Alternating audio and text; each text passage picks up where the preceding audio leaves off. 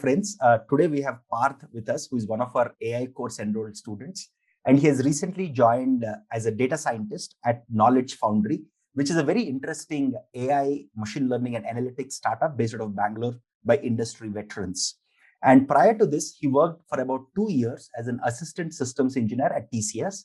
And prior to that, he did his BTech in computer science.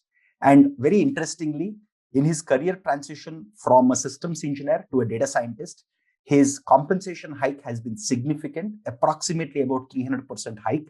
And first of all, Parth, congratulations. Most importantly, for your career transition, also for the compensation hike, because more compensation never hurts. And it's also more comparable to the skills that you have, and that's what matters most. So first of all, congratulations on the transition, and once again, thank you for taking the time to discuss with us. Yes, sir. Thank you, sir. Thank you very much for best wishes. And once again, many thanks for the best course and the best content you provided. And also big thanks for this whole Applied AI team who supported me all these projects and assignments to this curriculum. So thank you, whole team. With that, I just wanted to get into your interview experiences. So what was the interview experience like at various companies that you've interviewed, including Knowledge Foundry? Given that you come from a CS background and you also had 2 years of work experience at TCS. Yes, sir. So I completed my BTech from Dharamsala Desai University, DDIT, Nadia, in 2019 in computer science domain. So basically, I was aware about the basic of CS fundas like DB, OS, and networking and basic coding, that stuff. So first of all, it's most benefit, like I am from CS background.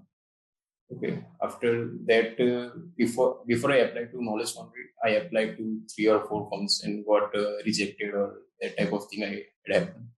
So I faced the interview in 3 or 4 firms. I faced that the interview level was above average level. It's not a hard level. So I faced 2 or 3 interviews, and then I applied that to the Knowledge Foundry. Okay. And finally, I got selected. So can you walk us through some of the rounds that you had, and what was the difficulty in each of these rounds, and if possible, a sample of questions? Yes, sir. Sure. So in Knowledge Foundry, I gave total 2 rounds.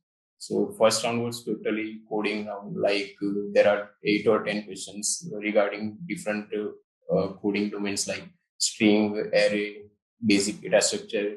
The interviewer was just checking my Python scripting, like how I much good at Python scripting. The question is like, we have given a string just to swap the even and odd index type of thing. After that, the 2 sorted list are given, and we have to merge this sorted list. At that, we have to apply that 2-pointer approach and just sort in this way. We cannot just hold the sort method. So basic lists and string-based programming, right? Yes. Good. How hard were some of these problems as compared to the assignments that you have solved either in the Python module or after that at Applied AI course? So be frankly, so if you solve these Applied AI course assignments or questions, you will definitely solve these questions. Okay. So I can't say it was very easy, but already I solved these Applied AI assignments. That's why I faced that it was easy. Very good. So what was the second round then? First round was basically Python scripting and basic Python programming. What was the second round? Second round was purely ML based round. So in this round, I was asked like from logistic regressions to which parameter tuning and performance metrics, that type of questions I was asked. Like first of all, I was asked a question regarding logistic regression, like how logistic regression works, or loss function of logistic regression, and how I manage the lambda. That type of question I was asked. So basically hyperparameter tuning and the actual mathematics behind it, the actual optimization problem. Got it. Because I understood if we understand logistic regression, we can understand all these complex models behind this.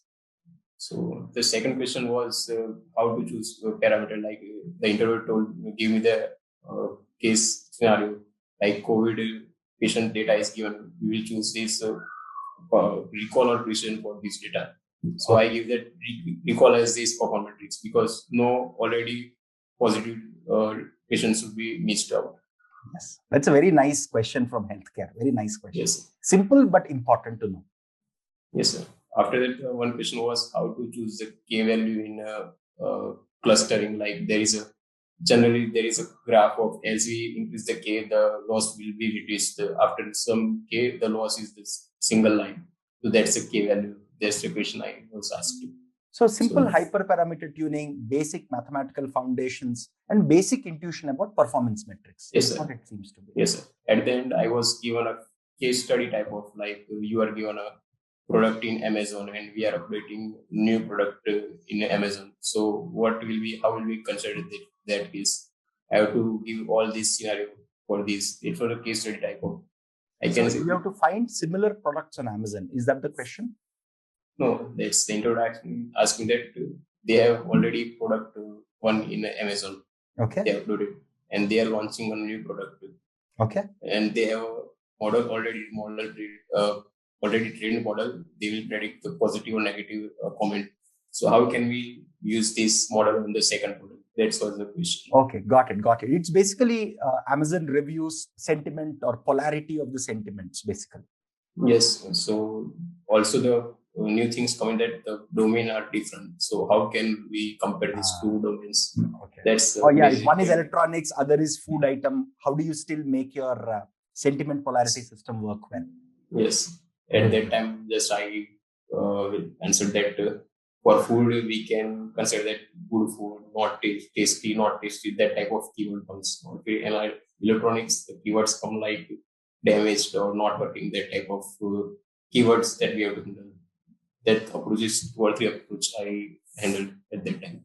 Okay, since we don't have any data about food, you said let's go with a simple system, just having a bunch of keywords and build a first cut solution. Yes. After that, we update the model. Yes, makes a lot of sense. If you don't have data, what do? You just build a simple rule-based system using intuition and go ahead with it. Yes, sir. That seems like a good basic first cut system. Cool.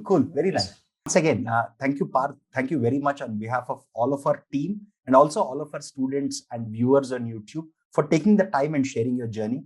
It's always good to hear success stories like yours because this will inspire the next batch of learners to also put in the necessary effort and be consistent and persistent in their journey. Thank you very much, Parth. Thank you, sir. Thank you very much.